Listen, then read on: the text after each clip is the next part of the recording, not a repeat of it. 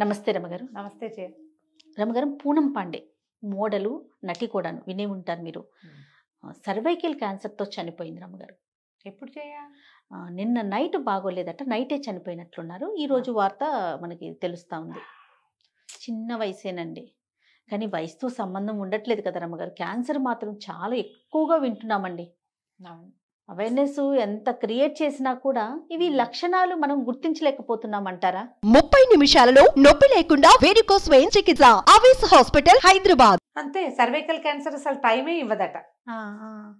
కాదు జయ, ఇది వరకు మెన్స్ట్రువల్ ప్యాడ్స్ క్లాతులు వాడతారు, అవేవో అనారోగ్యాలు వచ్చేస్తాయి, జబ్బులు వచ్చేస్తాయి, అది వచ్చేస్తాయి, హైజీన్ ఉండదు, భోజీన్ ఉండదు చెప్పి చెప్పి చెప్పి చెప్పి చెప్పి మనని ప్యాడ్స్లోకి మార్చారు కదా. అవునండి, మొత్తం ప్రపంచం అంతా ప్యాడ్ మ్యాన్ సినిమా తోటి ఇంకా ఎక్కువైంది, అంతేనా?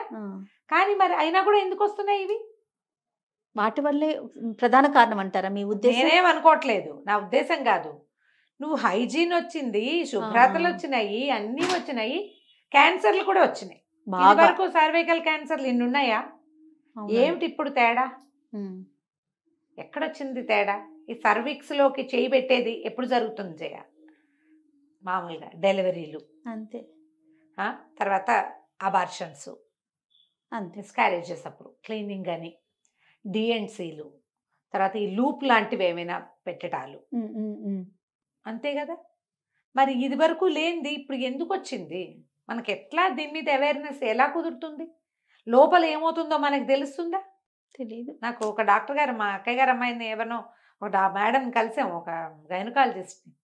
ఆవిడ యూటరస్ రిమూవ్ చేయటం గురించి డిస్కషన్ వచ్చినప్పుడు వారు ఏం చెప్పారంటే, 47, 48 వచ్చినాయి కదా, మా 50 దగ్గర పడుతున్నాయి, డ్రెస్ ఇస్తే మా ఇవి కూడా మిగిలిన కూడా తీసేస్తాం, అండాశయం అన్నీ తీసేస్తాం, ఓవరీస్ అవన్నీ తీసేద్దాము అంటే, నేనన్నా అవి తీయకుండా కుదరదా, వాటిని ఉంచచ్చు కదా అంటే, ఇప్పుడు ఒవేరియన్ క్యాన్సర్ టైం ఇవ్వట్లేదమ్మా అని చెప్పారు. టైం ఇవ్వటం లేదు, వచ్చిందా 2 నెలల్లో ఫినిష్ అయిపోవటమే. అమ్మో, అందుకని ఎందుకు తీసేస్తే దాంట్లో ఏదైనా కొత్త డెవలప్ అయ్యే ఇది లేకుండా ఉంటుంది అని. సమస్య ఉంది కాబట్టి. సమస్య ఉంది, యూట్రస్లో ప్రాబ్లం ఉంది, అది ఎలాగో రిమూవ్ చేస్తాము, ఎలాగో పేషెంట్ 15 నియరింగ్ 50, అందుకని దాంతోపాటు ఇలా చెప్పారు ఒక మేడం.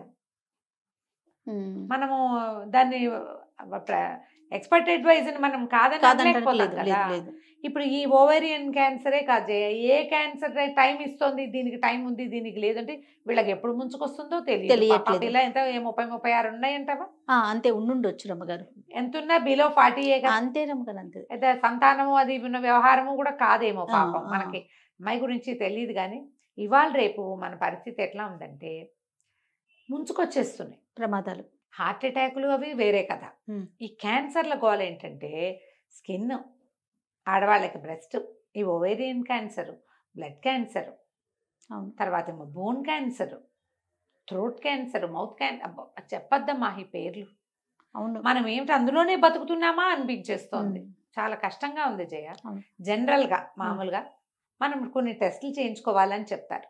ఎవరో గైనకాలజిస్ట్ని కలిసినప్పుడు ఆవిడ 40 క్రాస్ అయితే పాప్స్మియర్ లాంటి రెగ్యులర్ టెస్టులు, బ్రెస్ట్ ఎగ్జామిన్ చేసుకోవాలి ఎప్పటికప్పుడు ఆడవాళ్ళు. ఒక వయసు దాటాక తప్పకుండా చేయాలి. ఈ పీరియడ్ ఇష్యూస్, వాటిని కేర్ఫుల్గా ఉండాలి. తర్వాత ఎంతసేపు మెన్స్ట్రువల్ సైకిల్ని జరపటం అలాంటివి చేయకూడదు. మనం వేసేసుకుంటుంటారు, పిల్స్, పూజ ఉంది, అది ఉంది, ఇది ఉంది, పురస్కారం ఉంది, ఎక్కడో ట్రిప్ ఉంది, నా బాండ్ ఉంది అని పిల్స్ తెగవాడేసేస్తారు. అవునవును. దాంతో పాటుగా తర్వాత ఈ గర్భధారణ పిల్స్, ఐ పిల్స్ లాంటివి ఎక్కువ వాడకూడదు. అది ఎప్పుడో ఒక్కసారి తీసుకోవాల్సింది. అది రెగ్యులర్ పిల్ లాగా వాడేస్తే ప్రమాదం కదా. ఇవన్నీ హార్మోన్లతో పనిచేసేవి కదా. దాన్ని మనం అంతా కకావికలం చేసేస్తాం. ఒక ఫ్లోని దాన్ని పోనిస్తే అంత పెద్ద ప్రాబ్లం ఉండకపోవచ్చు. సమస్యలు వస్తూనే ఉన్నాయి, అయినా కూడా మనం దాన్ని కెలికేస్తే ఇష్టారాజ్యంగా చిన్నాభిన్నం చేసేస్తే అది ఎక్కడికి పోయి ఏం చేస్తుందో తెలీదు. ఐపిల్స్ వాడడము, తర్వాత ఇంకా ఉన్నాయి కదా మన కాంట్రసెప్టివ్స్ కూడా ఎక్కువ కాలం వాడడము, అవేం సేఫ్ కాదు. డాక్టర్లు కూడా చెప్తారమ్మా, పాపం చెప్పకుండా ఎందుకుంటారు అవునవును చెప్తారు. ఒకసారి ఏదైనా ప్రాబ్లం వస్తే అన్ని కంప్లీట్ బ్లడ్ పిక్చర్ చేయించండి, కంప్లీట్ టెస్టులు చేయించుకోండి అని చెప్తారు. ఒకసారి ఎప్పటికెప్పుడు సంవత్సరానికో 2 ఏళ్ళకో ఒకసారి మొత్తం అన్ని టెస్టులు చేయించుకుని చూసుకుంటూ ఉండాలేమో. ఇప్పుడు శరీరం మీద ఎక్కడైనా అనూజువల్గా గడ్డలు, కాయలు లాంటివి కనపడినా, కొత్త మచ్చలు ఏమైనా పెద్దవవుతున్నా, అన్ఎక్స్పెక్టెడ్గా మనం సన్నబడిపోయి, జుట్టు ఊడిపోయి, ఆకలి తగ్గిపోయి, సరిగ్గా తినటం లేదు, మనుషులు సడన్గా చిక్కిపోయారు లేదా సడన్గా లావైపోయారు, గోళ్ళు అవి బ్రిటిల్గా అయిపోతున్నాయి, గోళ్ళ పక్క చర్మం అదే పనిగా ఊడిపోతోంది, గోళ్ళు పుచ్చిపోవటం, పెదిమలు పేల్గా అయిపోవటం, ఎన్నున్నాయి జయ. మనం ఇలాంటిది అన్యూజువల్ థింగ్ ఏదైనా ఉంటే తప్పకుండా డాక్టర్ని కలవండి. ఎవరైనా ఆడ మగ పిల్ల మేక తేడా లేదు ఇందులో. Okay okay. ఫెటిగ్, ఊరికే అలసిపోతున్నా, అపరిమితంగా కాళ్ళు నొప్పులు, కాళ్ళు కొంకర్లు పోవటం, క్రాంప్స్ వస్తాయి కదా, అవును. కాళ్ళు తిమ్మిరెక్కిపోవటం, కాళ్ళు చేతులు తిమ్మిరి, తలకిని చేయి పెట్టుకుంటే చెయ్యంతా తిమ్మిరెక్కుతుంది. అన్యూజువల్గా ఇక్కడ ఎక్కడైనా వాపులు, ఈ బోన్స్ మధ్యలో వాపులు, ఈ జాయింట్స్ దగ్గర అలాంటివి ఏవును, అవన్నీ క్యాన్సర్లు అవ్వక్కర్లా, ఏవో అవుతాయి. ఇంకోటి కానీ డాక్టర్ని మాత్రం కన్సల్ట్ చేయాల్సిందే కదా. ఎప్పుడు పిల్లల్ని, మనల్ని మనం, భర్తల్ని భార్యల్ని భర్తలు ఒకళ్ళనొకళ్ళు చూసుకోవటం శ్రద్ధగా. ఏమైనా మార్పు వచ్చిందా అని వెతకద్దు, మార్పుని గుర్తించండి చాలు. రోజు వెతుకుతుంటే అదో జబ్బు కింద పరిణమిస్తుంది, ఓసిడి లాగా. కానీ ఒకళ్ళ మొహాలు ఒకళ్ళు సరిగ్గా చూసుకోవాలి కదా, ఎవరి శరీరాన్ని వాళ్ళు సరిగ్గా సజావుగా పరిశీలించుకోవాలి కదా. కదలలేకపోతున్నామా, తిరగలేకపోతున్నామా, కూర్చుని లేవలేకపోతున్నామా. ఈ కొన్ని క్యాన్సర్ గడ్డ ఊరికి కాయల్లాగా వస్తాయి. అది చిన్న కాయ అని ఏదో మామూలు దగ్గర కట్ చేయిస్తే దానివల్ల పెద్ద పెద్ద వచ్చేస్తున్నాయి కొంతమందికి. అలాంటివి కూడా చూసుకోండి. ఇలా సడన్ డెత్స్ మనకి ఏంటంటే ఒక జ్వరాన్ని కలిగిస్తాయి. అవునండి. అమ్మో అని మళ్ళీ రేపటికి మామూలు అయిపోతాం. ఈ మామూలు అవ్వవలసిన కాలం అయితే కాదు ఇది. ఎన్ని రకాల ప్రాబ్లమ్స్ వస్తున్నాయో జయ ఇప్పుడు. అవును రమ్మగారు. మనకి అవేర్నెస్ ఎంత వచ్చిందో, healthy food, healthy living, exercise, God అవన్నీ వచ్చినాయి. వాటితో పాటు జబ్బులు కూడా బాగా పుంఖాలుగా వచ్చినాయి. ఇవి కూడా హెల్త్ కండిషన్స్ ఎప్పుడు ఎలా మారిపోతున్నాయో తెలియటం లేదు. సడన్ గా వచ్చేవి ఎటాకు వచ్చినాయి. 4-5 రోజులు కొంతకాలం మన లాగదీసి మన ఇంట్లో ఉన్న డబ్బంతా కరగదీసేసి మన ఇంట్లో ఉన్న వాళ్ళందరికీ ఉన్న ఓపిక, సహనము, ప్రేమ వాటన్నిటిని పాడు చేసేసి చివరికి మనకి చావును చూపిస్తున్నాయి ఇవి. ఎవరైనా ఎంతకాలం సేవ చేయగలుగుతారు జయ?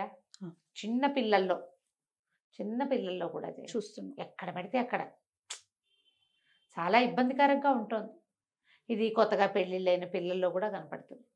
పిల్లలంటే 40 ఏళ్ళు అయ్యాక అవ్వవు కదా, 30లోనే అవుతాయి. అవునవును. అనారోగ్యాలు.